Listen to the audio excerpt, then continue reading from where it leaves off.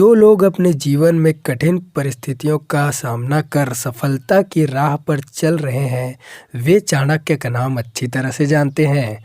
जी हाँ, आज मैं बात करने वाला हूँ एक ऐसे बुद्धिजीवी इंसान की जिसने अपनी नीतियों से साधारण इंसान को राजा बना दिया।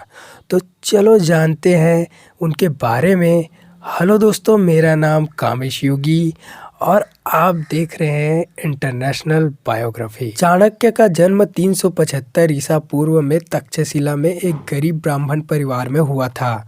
उनके पिता कनक हैं और उनकी माता चन्वेश्वरी हैं। बचपन में उन्होंने वेदों का अध्ययन किया और राजनीति के बारे में सीखा। उसके पास एक ज्ञान दांत था। ऐसी मान्यता थी कि ज्ञान दांत होना राजा बनने की निशानी है। उनकी माँ एक बार एक ज्योतिषी की बातें सुनकर डर गई कि वह बड़ा होकर राजा बनने वाला है और राजा बनने के बाद मुझे भूल जाएगा। तब उन्होंने अपने ज्ञान दांत तोड़ दिए और अपनी माँ से वादा किया कि माँ, आप चिंता ना करें, मैं तुम्हारी अच्छी देखभाल करूँगा। चाणक्य की शिक्षा तक्षशिला में हुई थी। वह देखने में अच्छा नहीं था। हर कोई उसके टूटे दांत, काले रंग और टेढ़ी टांगों का मजाक उड़ाया करता था। इसलिए उनकी आंखों में हमेशा क्रोध की ज्वाला बनी रहती थी।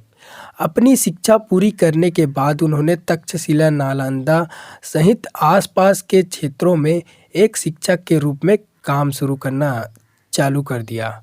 इनका दृढ़ विश्वास था कि एक महिला जो शरीर से सुंदर है वह केवल एक रात के लिए खुश रखती है, लेकिन मन से खूबसूरत औरत आपको जिंदगी भर खुश रखती है। इसलिए उन्होंने अपने ब्राह्मण वंश में यशोधरा नाम की एक लड़की से शादी की।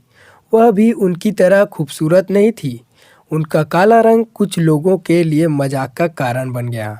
एक बार जब उनकी पत्नी अपने भाई के घर एक समारोह में गई थी तो सभी ने उनकी गरीबी का मजाक उड़ाया। इससे नाखुश होकर उनकी पत्नी ने उन्होंने राजा घनानंद से मिलने और उपहार के रूप में कुछ पैसे लेने की सलाह दी। मगध के सम्राट घनानंद ने पुष्पपुर में ब्राह्मणों के लिए भोजन का आयोजन किया। वहां चाणक्य भी अखंड भारत के बारे में सुझाव देकर राजा घनानंद से उपहार प्राप्त करने की इच्छा में शामिल हुए थे, लेकिन घनानंद ने इसके बदसूरत रूप को देखकर उनका अपमान किया और उनके सुझावों को खारिज कर दिया। तब उन्होंने क्रोधित हो गए और नंद साम्राज्य को नष्ट करने की कसम खाई। तब घनानंद ने उसे गिरफ्तार करने का आदेश दिया, लेकिन चाणक्य वेश में आकर भाग गए। उन्होंने घनानंद के पुत्र पवत्ता से मित्रता की और उसे सिंहासन पर कब्जा करने के लिए उकसाया। राजकुमार द्वारा दी गई अंगूठी के मदद से एक गुप्त दरवाजे से महल से भाग गए।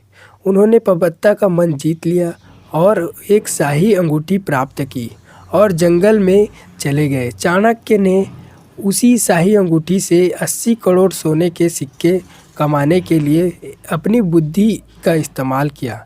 इतने सारे सोने के सिक्के को जंगल में एक गड्ढा खोदकर सुरक्षित रखा कर ऐसे नायक की तलाश में निकल पड़े जो घनानंद को खत्म कर सके। चाणक्य को इनको ऐसी साहसी व्यक्ति की तलाश थी जो घनानंद के नंदवंश को जड़ से नष्ट कर सके। उसी समय चाणक्य की आंखों में चंद्रगुप्त के दर्शन हो गए। उन्होंने उनके माता पिता को 1000 सोने के सिक्के दिए और चंद्रगुप्त को अपने साथ जंगल में ले गए। वर्तमान में चाणक्य के पास घनानंद के सिर को हटाने के लिए 2 हथियार थे। यदि चंद्रगुप्त उनमें से एक थे, एक और पवत्ता था। उन्होंने इन दोनों में से किसी एक को प्रकाशित करने और उसे सम्राट बनाने का फैसला किया। उन्होंने उनके बीच एक छोटा सा परीक्षा लिया। इस परीक्षा में चंद्रगुप्त ने पवत्ता के सिर को काटकर विजयी बने। चाणक्य को चंद्रगुप्त पर गर्व था जिसने उसकी परीक्षा जीती। उन्होंने उन्हें 7 कठोर सैन्य प्रशिक्षण दिए। चाणक्य के मार्गदर्शन में चंद्रगुप्त एक सक्षम योद्धा बन गए। उन्होंने घनानंद के नंदवंश को उखाड़ फेंकने और मौर्य साम्राज्य की स्थापना करने के इच्छुक थे।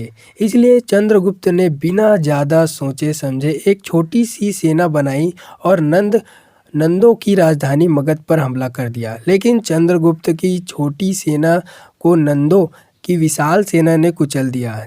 चाणक्य का हाथ शुरुआत में जल्दबाजी में निर्णय लेने के लिए ही जल गए। चाणक्य और चंद्रगुप्त हताशा में भेष बदलकर घूमने लगे। एक दिन चाणक्य और चंद्रगुप्त वेश में मगध में घूम रहे थे। तब उन्हें एक माँ प्रबुद्ध किया बेटे को डांट रही थी। माँ अपने बेटे को डांट रही थी जो गर्म रोटी के बीच में हाथ डालकर जल रहा था। अगर आप अपने हाथ सीधे गर्म रोटी के बीच रखेंगे तो यह आपको जला देगा, है ना?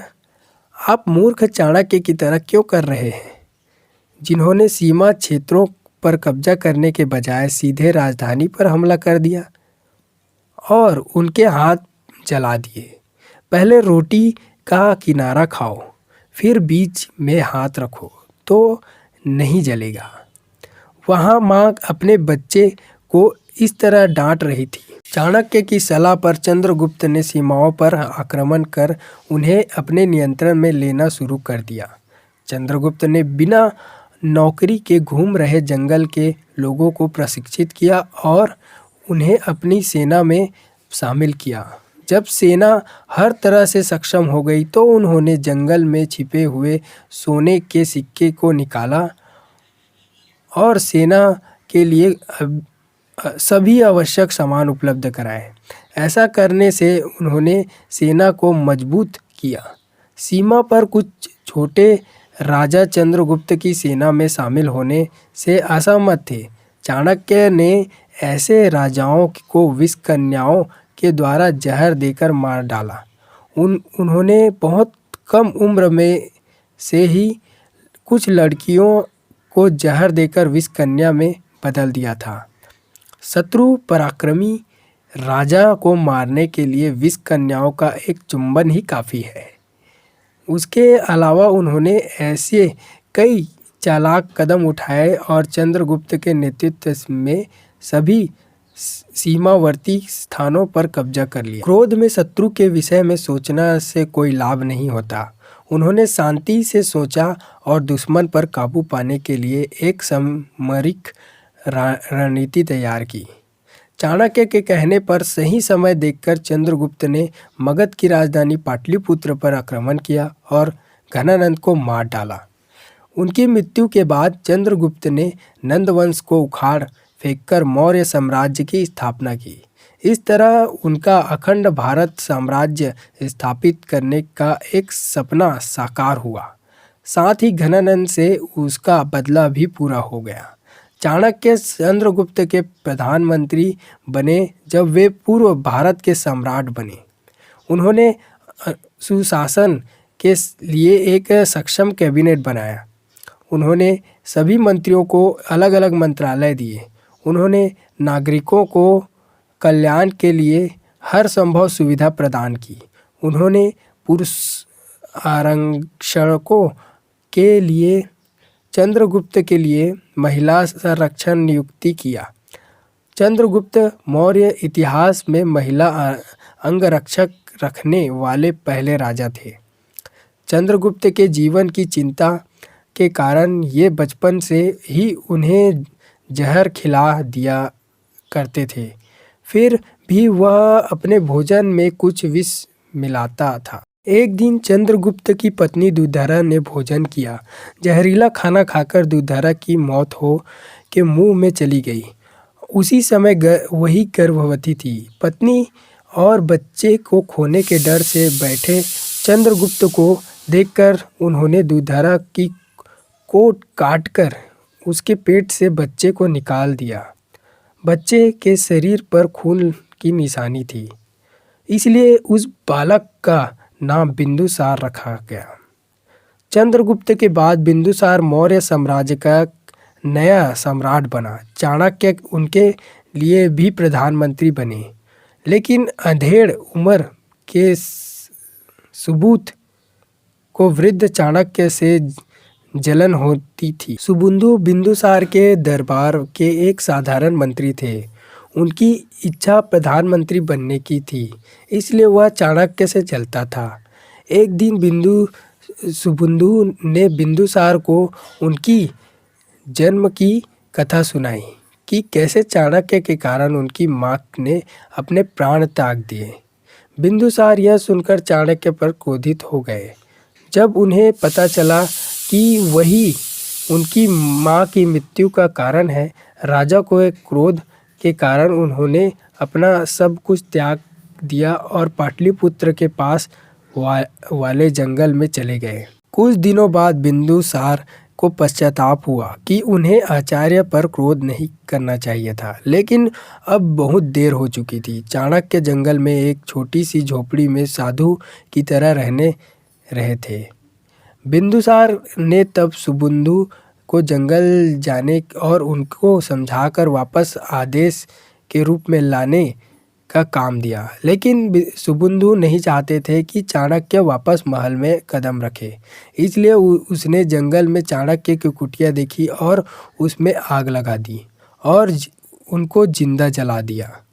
इस तरह सुबुंधु की साजिश से 283 ईसा में चाणक्य की मौत हो गई। तो दोस्तों, ये थी आचार्य चाणक्य की कहानी, जिनसे अपने दृढ़ संकल्प से सम्मान को बचाकर दुनिया में अपना परचम लहराया और अखंड भारत की नींव रखी। तो दोस्तों, उम्मीद है कि आपको इससे सीखने का मौका मिला हो, और ऐसे वीडियो देखने के लिए सब्सक्राइब करें और लाइक करें। मिलते हैं अगले और किसी जीवन की कहानी के लेकर। आज के लिए धन्यवाद।